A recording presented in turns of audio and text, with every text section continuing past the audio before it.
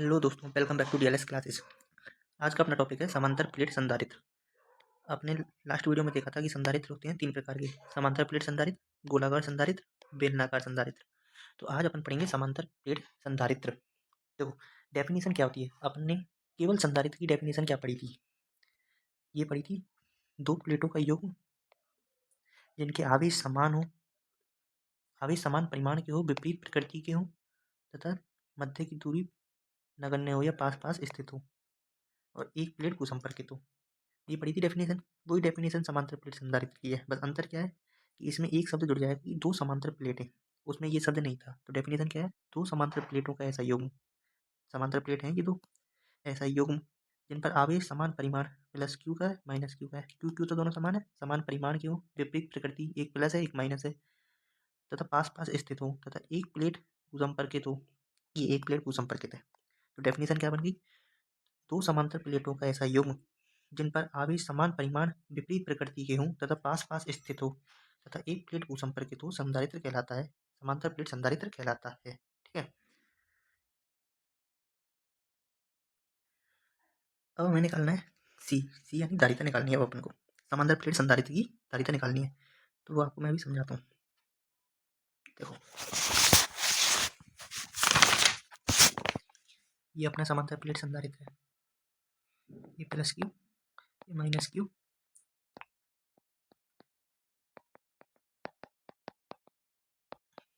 ठीक है। अब अपन में देखो, ये जो प्लेट है, ये वाली जो प्लेट है, अपन मान रहे हैं इसका जो क्षेत्रफल है वो है ए। ठीक है। और इसकी जो बीच की दूरी है वो है डी। अपन को निकालना है सी। अपन सी का फॉर्मूला जानते हैं, क्यू अपन बी। ठीक है। अब अपन को पहले बी चाहिए। बी कैसे निकालेंगे? अपन ने फर्स्ट चैप्टर में बी का फॉर्मूला पढ़ा था, ई इंटू डी। अगर नहीं पढ़ा हो तो आपने 11th क्लास में पढ़ा होगा। फर्स्ट चैप्टर में भी पढ़ा, नहीं तो 11th क्लास में भी पढ़ा है आपने। अब यहाँ से अपन को बी निकालना है। अब उसके लिए अपन को ई चाहिए होगा। अब ई फर्स्ट चैप्टर में क्या था? अब ई को कैसे निकालेंगे? पहले तो ये देखो, ई को कैसे निकालेंगे। बी बराबर क्या होता है? के क्यू बाय आर। ये होता है के क्यू बाय आर होता है। अब इसमें ये अभी इसको रोक दो, ये अपन को निकालना है। अभी तो अपने पास केवल ये फॉर्मूला है, सी बराबर क्यू अपन बी। अब पहले अपन को बी का फॉर्मूला लिखते हैं अपन। बी बराबर के क्यू बाई आर होता है। अब अपन इसमें ऊपर नीचे दोनों में आर का गुना कर देते हैं। तो ये क्या हो जाएगा? बी बराबर के क्यू आर बटे आर स्क्वायर हो जाएगा। कर सकते हैं अपन। ये देखो, ये क्या होता है? ये क्या है? के क्यू बटे आर स्क्वायर। ये होता है ई, विद्युत क्षेत्र। फर्स्ट चैप्टर निकाल लेना, जिसने वो वीडियो नहीं देखी है पहले वो वीडियो देख लो, और प्लेलिस्ट में डाल दूंगा वीडियो के एंड में। और ये हो जाएगा आर। आर क्या होती है? दूरी। दूरी अपन ने यहाँ पे क्या ली है? डी। तो इसको लिख देंगे अपन वी बराबर ई डी। लिख सकते हैं। ये समीकरण फर्स्ट है। वी बराबर ई डी अपन सेकंड समीकरण ले रहे हैं, है ना।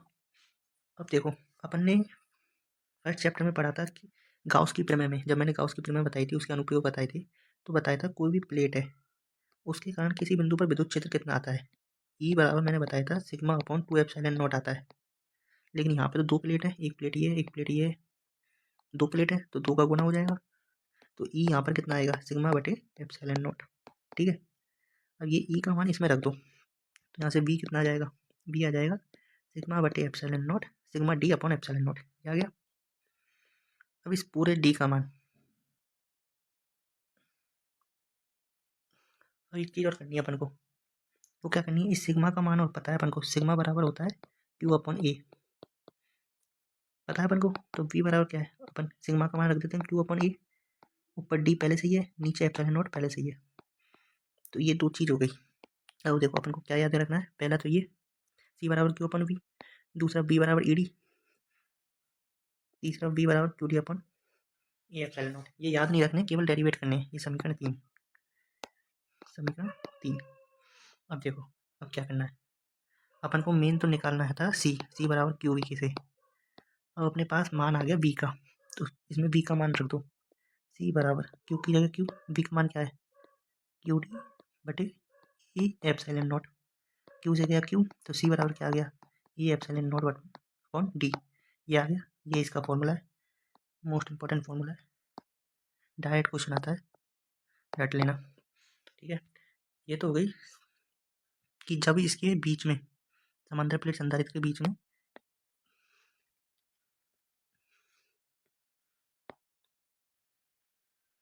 कोई भी माध्यम भरा हुआ नहीं है, निर्वात है ये, है ना। अब अपन एक केस देते हैं कि मान लो ये समांतर प्लेट संधारित्र है, ये प्लस क्यू, ये माइनस क्यू, इसके बीच में माध्यम भरा हुआ है। ये जो मैं येलो से भर रहा हूँ ना, ये पूरा माध्यम है। माध्यम और इसकी विद्युत क्षेत्र की विद्युतशीलता दे रखी है एप्सिलॉन। जैसे इसमें एप्सिलॉन नॉट की था, निर्वात में विद्युतशीलता, ऐसी माध्यम में विद्युतशीलता दे रखी है एप्सिलॉन नॉट। अब इसके लिए निकालना है अपन को मान, तो पूरी डेरिवेशन ऐसे ही रहेगी जो अपन ने ये करी है, लेकिन यहाँ आते हुए चेंज हो जाएगा।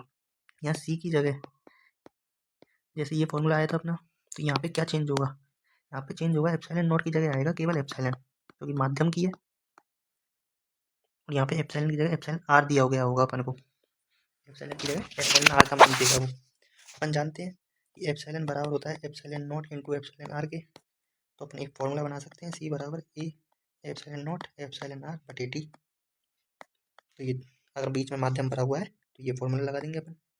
इन दोनों फॉर्मूले को कंपेयर करो, इस वाले फॉर्मूले को और इस वाले को। अंतर क्या है, अंतर केवल है एप्सिलॉन आर का। ये एप्सिलॉन नॉट अपॉन डी तो यहाँ पे भी है, यहाँ पे भी है। तो अगर आपको ये दे रखा हो और फिर बोलते हैं माध्यम की विद्युतशीलता ये है एप्सिलॉन आर, आप सापेक्ष विद्युतशीलता, तो उसका गुणा कर दो, माध्यम का आ जाएगा सी एम। माध्यम को मैं सी एम से लिख देता हूँ। ठीक है, अब एक कंडीशन और हो सकती है इसकी, क्या हो सकती है, ये वही समांतर प्लेट संधारित्र है, प्लस क्यू माइनस क्यू को संपर्कित किया। इसमें एक संभावना क्या हो सकती है कि अब इसमें पूरे में माध्यम नहीं रख रहा मैं केवल एक रॉड रख रहा हूँ, एप्सिलॉन आर की केवल एक रॉड रखी है। यहाँ पे निर्वात है, ये पूरा निर्वात है,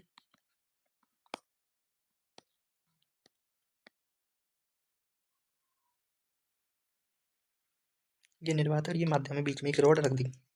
अब इसको कैसे करेंगे यार, तो ये पूरी दूरी अपन ने टी मानी थी, तो ये टी मान लेते हैं, स्मॉल टी। ठीक है, क्षेत्रफल इसका ए है ये। अब इसको दोबारा से हल करते हैं, तो अपन को निकालना क्या है, सी बराबर क्यू अपन वी से। फिर अपन ने वी निकाला था, कौन से फॉर्मूले से निकाला था अपन ने वी, वी अपन ने किस फॉर्मूले से निकाला था, वी अपन ने निकाला था ई इंटू डी से। इसमें भी वही लगाएंगे, वी बराबर, अब कैसे लगाना है वो देखो, सही से देखना। इसमें वी एक तो आएगा नहीं, दो भी आएंगे, एक तो निर्वात का भी आएगा वी नॉट, एक माध्यम का भी आएगा वी एम। तो टोटल वी टोटल कितना है, V naught plus V M. अब पहले निर्वात का लगाते हैं, वी टोटल बराबर वी निर्वात के लिए, निर्वात के लिए भी यही फॉर्मूला लगाएंगे, ई इंटू डी। तो ई का मान कितना है, ई का मान अपन जानते हैं Q upon E epsilon not है, क्यों है, ये अपन ने दे रखा है, देखो निकाला है अपन ने।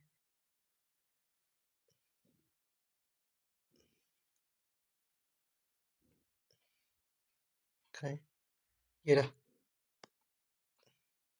सिग्मा अपन एप्सिलॉन नॉट, और सिग्मा की जगह Q upon E epsilon not, यही था। सिग्मा की जगह इसमें क्यू अपन ये रख सकते हैं, ये रहा। तो यहाँ पे देखो, ये अपन ने ई का मान रख दिया, अब इनटू में टी रखना है। अब टी कितना है, टी यानी ये डी, टी यानी दूरी, पूरी दूरी तो डी है, लेकिन इसमें से कुछ कम भी होगी, तो डी माइनस टी कम मिलेंगे यहाँ पे, ये हो जाएगी डी माइनस टी प्लस में वी एम। वी एम में क्या होगा, देखो वी एम में भी यही फॉर्मूला लगेगा ई इंटू डी का, तो ई तो यही रहेगा Q upon A epsilon not. और बीच की दूरी कितनी है, ये तो केवल टी है, माध्यम तो केवल टी दूरी, टी दूरी के क्षेत्र में ही रखा है, ये हो जाएगी केवल टी। अब इसको हल करो, बी टी, तो ये तो कॉमन आ जाएगा, Q A epsilon not, Q A epsilon not common ले लो, क्यू ए एप्सिलॉन नॉट, अंदर क्या बचा, डी माइनस टी, ये तो बच गया इसमें से बच गया प्लस टी, ये आ गया अपना बी का मान। अपन को तो बी थोड़ा निकालना था, अपन को निकालना था सी, तो सी में रख दो, सी बराबर क्यू बटे ये मान रख दो, क्यू बटे ए epsilon not D minus small T plus T. एक चीज़ गलती कर दी अपन ने, देखो यहाँ पे ये माध्यम का ले रहे हैं ना अपन, तो एप्सिलॉन नॉट के साथ एप्सिलॉन आर भी आएगा। ठीक है, तो कॉमन अगर एप्सिलॉन नॉट अपने यहाँ पे ले लिया तो बचा क्या एप्सिलॉन आर, तो वो यहाँ पे आ जाएगा, तो इसके बटे में एप्सिलॉन आर भी आएगा। दोबारा देखो, जैसे अपन ने ये माध्यम का VM लिखा था यहाँ पे, माध्यम का लिखा है तो माध्यम के लिए तो एप्सिलॉन नॉट और एप्सिलॉन आर तो आएंगे, तो फिर अपन ने कॉमन लिया Q बटे ए एप्सिलॉन नॉट, तो यहाँ पे तो यही है केवल, यहाँ पे एप्सिलॉन नॉट एक्स्ट्रा है, एप्सिलॉन आर एक्स्ट्रा है, तो वो बच जाएगा यहाँ पे बटे में, तो ये आ गया एप्सिलॉन आर नीचे, यहाँ से इससे ये कट जाएगा, Q से Q गया, अब बचा क्या, ये एप्सिलॉन नॉट बटे D minus t plus T बटे एप्सिलॉन आर, रट लेना फॉर्मूले को, C बराबर, तो अपन को 3 फॉर्मूले याद करने हैं, कौन कौन से, पहला फॉर्मूला जो याद करना है, दूसरा फॉर्मूला, और ये अपन का तीसरा फॉर्मूला, और कुछ याद रहे ना रहे, ये 3 फॉर्मूले आपको याद रखने ही पड़ेंगे। पहला फॉर्मूला कौन कौन से याद रखना है, दोबारा लिख देता हूँ मैं, पहला फॉर्मूला आपको याद रखना है, जब कुछ भी नहीं हो, माध्यम नहीं हो, निर्वात हो, C बराबर A epsilon naught upon d. दूसरा फॉर्मूला, जब माध्यम हो, CM A epsilon naught epsilon r upon d. तीसरा, जब माध्यम हो लेकिन आधे में हो, इसको ऐसे लिख दिया, माध्यम हो आधे में हो, उसको कैसे लिखेंगे, ए epsilon naught upon D minus t plus T बटे एप्सिलॉन आर। ये 3 फॉर्मूले याद करने हैं, इसको नोट्स में से दिखाता हूँ, ये देखो, ये अपना पहला फॉर्मूला, देखो जब पीपीसी मतलब पैरेलल प्लेट कैपेसिटर, समांतर प्लेट संधारित्र को बोलते हैं इंग्लिश में PPC, parallel plate capacitor, parallel मतलब समांतर, पी यानी प्लेट, कैपेसिटर यानी संधारित्र, पूर्णतः माध्यम रखा गया हो, एप्सिलॉन आर का माध्यम रखा है, तो इसका आंसर कितना है अपना, ये आ गया जो मैंने सिद्ध किया था अभी। तीसरा, जब इसमें बीच में ये एप्सिलॉन आर की प्लेट रखती, जब ये टी दूरी की है, तो इसका आंसर आया ये C बराबर A epsilon naught t minus t plus t upon epsilon r, तीनों सिद्ध कर दिए। आज के लिए इतनी, थैंक यू।